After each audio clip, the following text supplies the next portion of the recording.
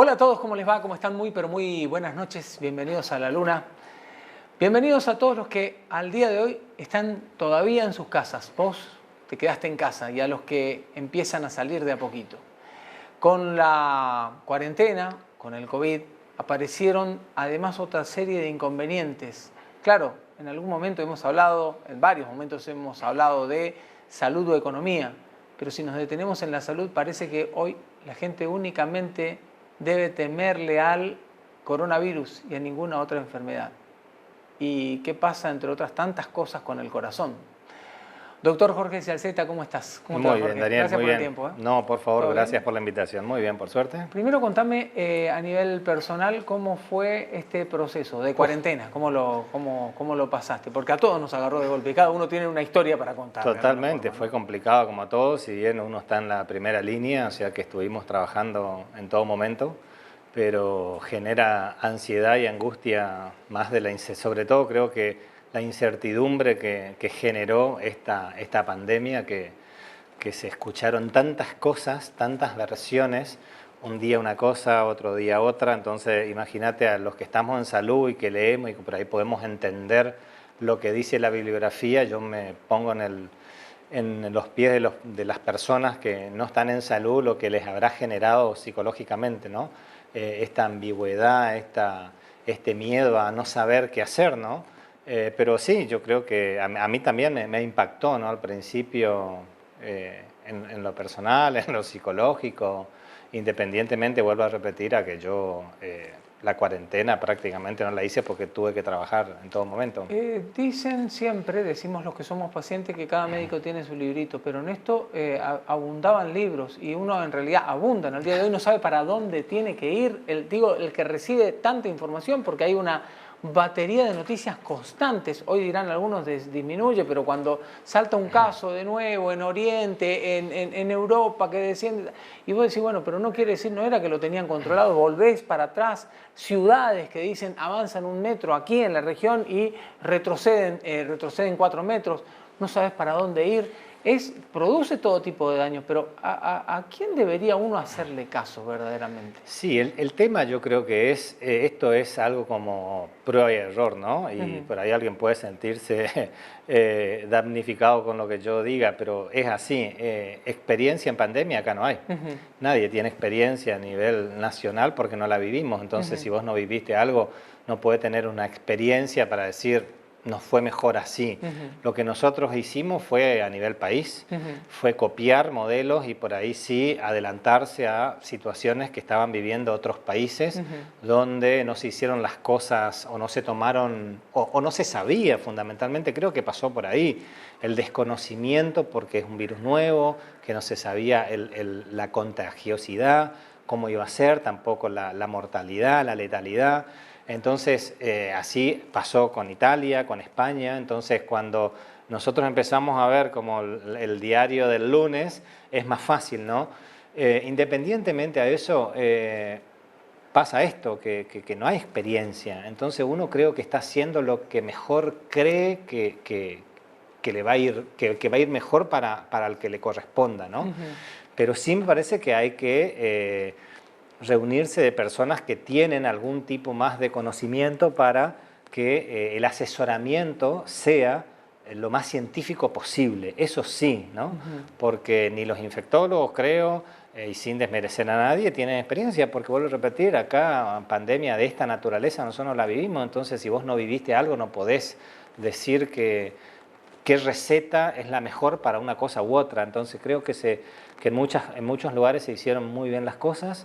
Creo que Corrientes la hizo bastante bien, cerrando accesos, anticipándose por ahí a las medidas del distanciamiento social, a la cuarentena. Pero sí, hay tanta información hoy día de que incluso con el tratamiento, que este tratamiento sirve, mañana lo sacan, este tratamiento es mejor para este grupo de pacientes. Es complicado porque, vuelvo a repetir, no hay realmente una experiencia previa, entonces recién vamos a poder hablar de lo que fue cuando pase, me parece a mí, ¿no? Jorge, en medio de todo esto, o en todo caso cuando arrancábamos y recibíamos todo tipo de noticias, me parece que debe haber ocurrido, en realidad uno porque recibe la información se da cuenta que pasó lo mismo en cada rincón del planeta. La gente, la primera reacción tenía que ver con esa incertidumbre, angustia, miedo, y llevó a todo el mundo a pensar que el único problema a nivel salud, la única enfermedad que existía o que existe es el coronavirus.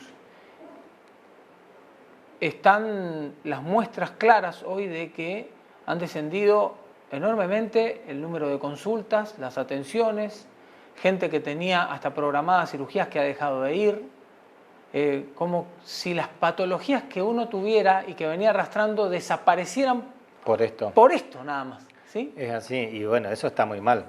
Creo que al principio, por ahí, vuelvo a repetir, creo que a todos nos pasó de que qué era esto, no sabíamos, y generó cierta incertidumbre y se incentivaba a que la gente se quede en las casas, estaba todo cerrado, o sea, incluso el asistencialismo también, solo era asistencialismo de emergencia. Entonces, por ahí en una primera etapa me parece que, bueno, sí, porque no se sabía a qué nos íbamos a enfrentar, o viendo lo que pasó, vuelvo a repetir, en otros lugares, pero no porque a nosotros no nos había ocurrido nada aún, a nivel país digo, entonces al principio sí, por ahí estuvo bien el quédense en sus casas y solo se concurra ante una emergencia, ¿no? Después cuando fue corriendo el tiempo y se fue viendo el índice de letalidad, el índice de mortalidad, se ve de que realmente las patologías crónicas son las que tienen mayor mortalidad y uno no puede descuidarlas, no puede no controlar las patologías crónicas.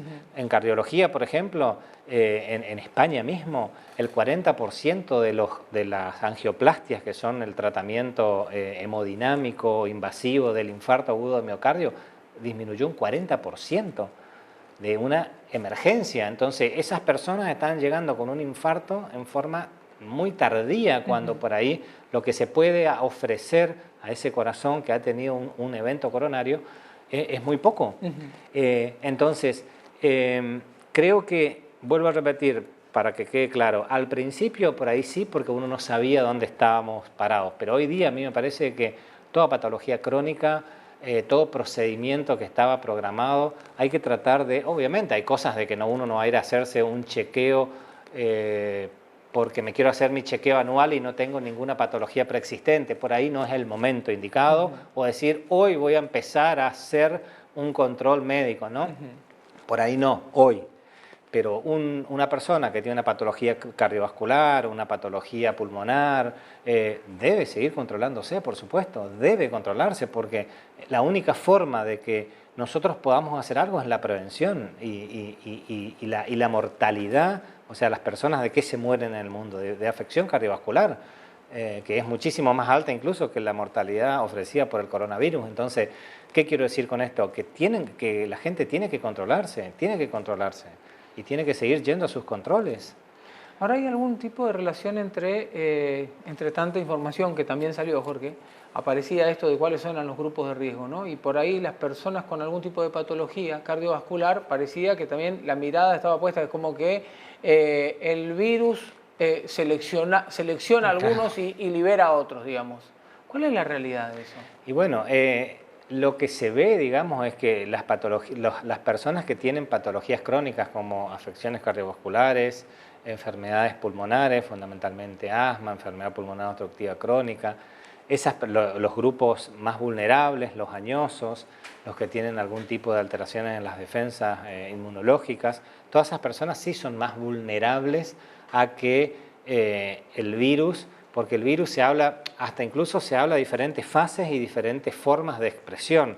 Algunos hablan de 3 fases, una fase asintomática, una fase sintomática con compromiso pulmonar, con o sin disminución de oxígeno en la sangre, y una tercera fase que es una fase de inflamación sistémica, que es la que lleva a la mayor mortalidad.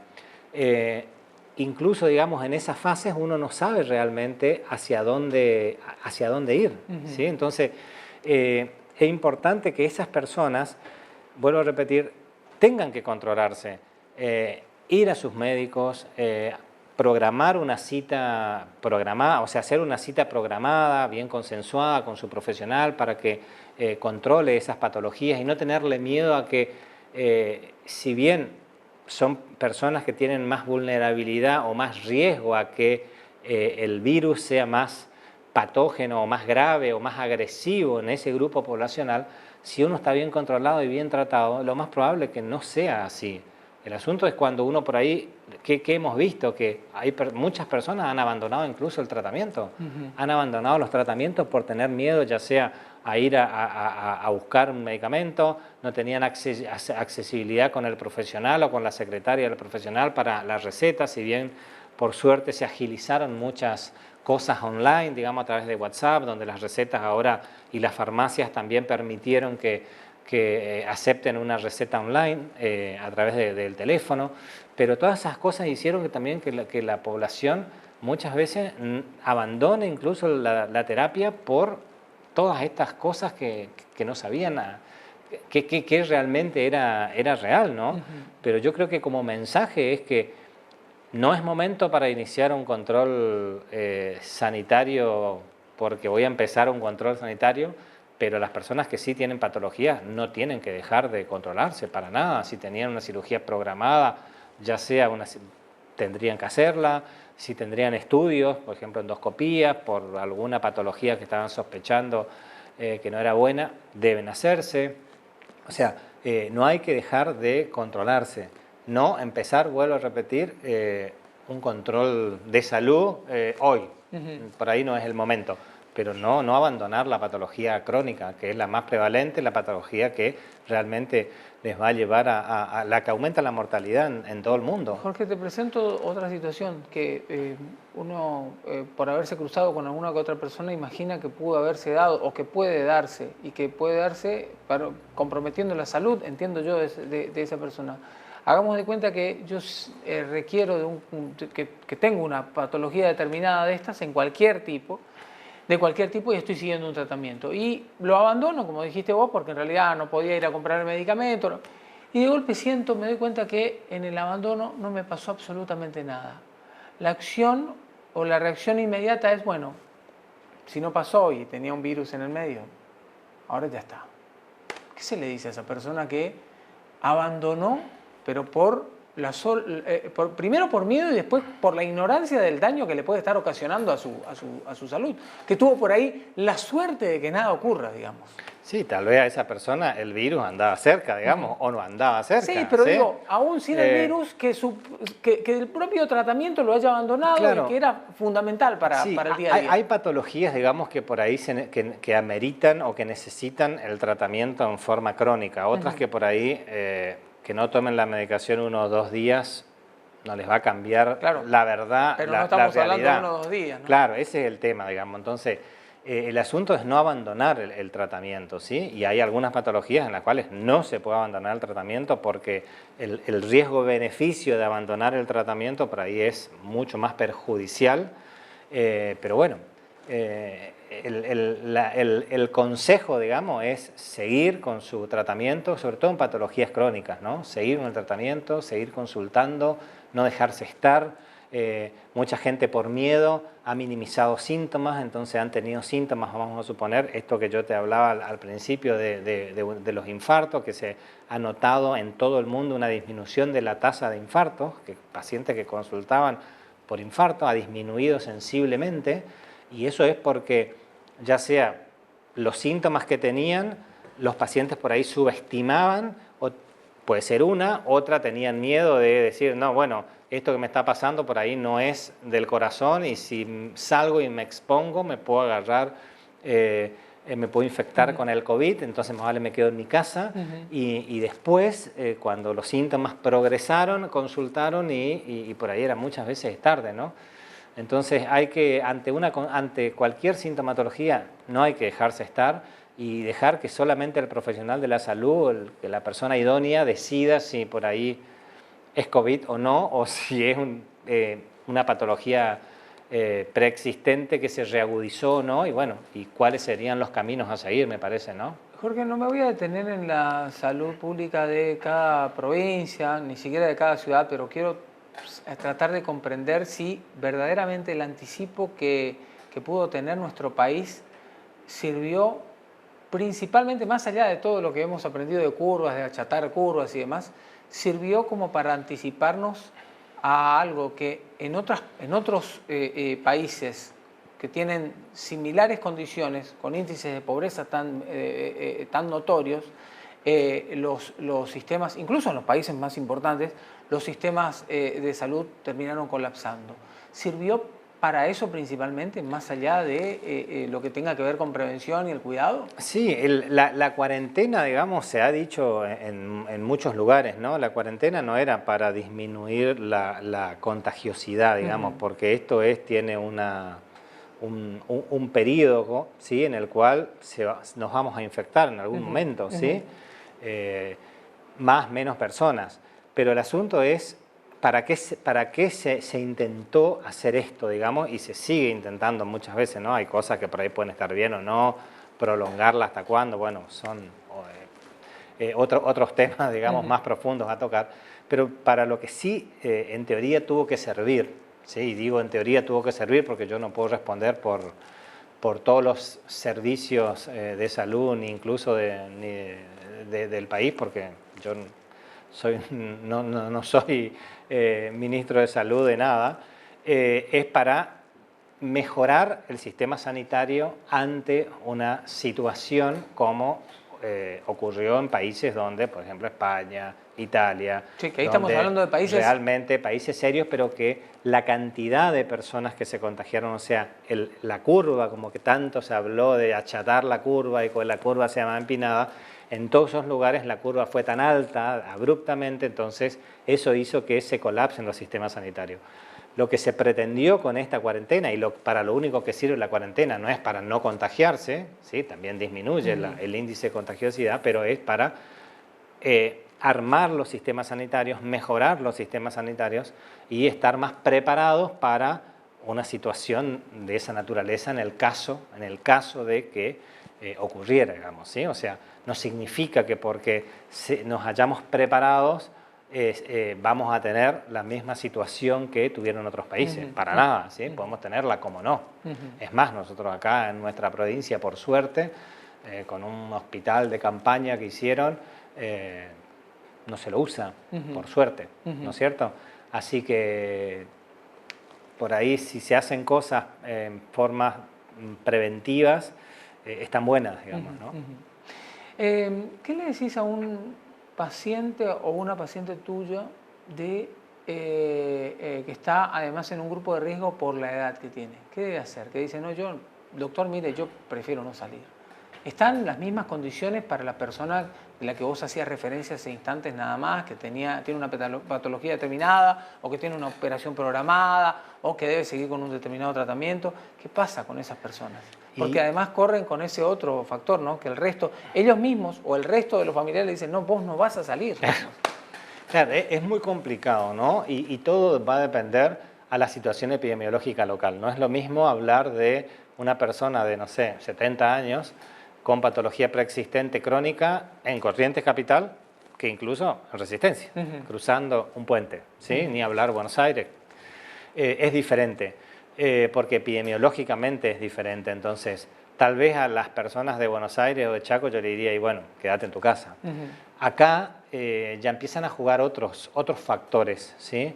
Acá no hay circulación viral en Corrientes y estamos a 90 días más o menos, ¿no? O sea, la cuarentena, sí, casi noventena, hace de que la cabeza esté influyendo también forma negativa en muchísima gente y en todas las edades, en todos los grupos poblacionales, en los chicos, en los no tan chicos, en los adultos, en nosotros mismos, y imagínate en las personas más grandes que por ahí veían de que en todas partes del mundo quién eran las personas que tenían mayor mortalidad, ese grupo poblacional. Entonces vos decís, no, yo si salgo a la calle entonces me agarra el virus, como si fuera que el virus está buscando a una persona que asoma la cabeza, ¿no? Entonces es complicado, pero yo a una persona hoy día le digo que salga a la calle, que se mueva un poquito, que salga, que vea que las cosas en nuestra provincia, por lo menos, que se hicieron bien, las cosas no están brinda las condiciones para, no digo para ir a tomar mate a la Costanera, no estoy diciendo eso ni promocionando eso para nada, pero sí la salud psíquica es fundamental en todo grupo poblacional. Entonces a una persona arriba de 60, 70 años que vos le digas, mirá, sí, salí, andá caminando hasta la esquina o andá hasta el kiosco de la esquina a comprar un agua, ¿sí? Y yo se lo he dicho a mis pacientes y lo he dicho a mis padres y no me parece para nada mal. Creo que es sano desde el punto de vista psicológico que realmente salgan y vean que la situación no es por ahí la que se está escuchando, que más infectados, porque no se para.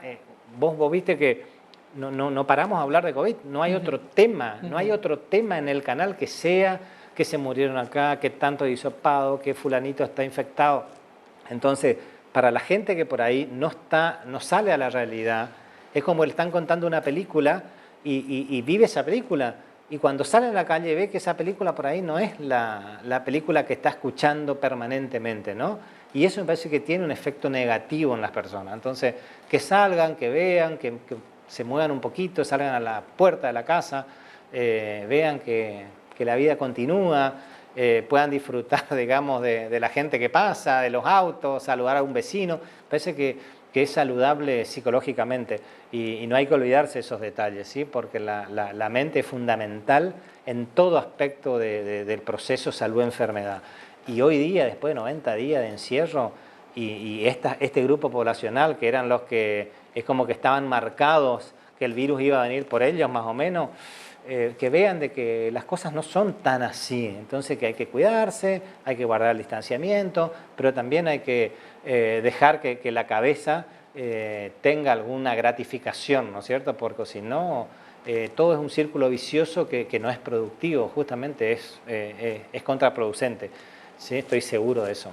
Y si hablamos de enfermedades, hay que les quede claro, que nos quede claro que también existen otras. No Totalmente, solo COVID, ¿no? totalmente. Y otras que tienen muchísima mayor mortalidad y que van a seguir teniendo después que pase COVID. O sea, el COVID es algo que vino a meterse en un momento de nuestra vida que cambió muchas cosas, que yo no estoy seguro que cambien muchas, ¿sí? Creo que volveremos a ser los mismos el día de mañana. ¿Viste? Porque se habló mucho de que el COVID vino y esta situación, digamos, que nos hacía... Ya nos vamos a hacer los mismos. Sí, que vamos a ser más humanos, más personas. Yo creo que no, que es todo transitorio, ojalá me equivoque. Pero bueno, hay cosas que sí cambiaron para bien y ojalá las cosas que por ahí no hacíamos tan bien nos sirvan para darnos cuenta de que hay otras cosas que por ahí son importantes en la vida y ir hacia esos lados, me parece, ¿no? Doctor Jorge Salceta, muchísimas gracias. Por favor, gracias a vos. Que tengas una excelente noche. Gracias. Gracias.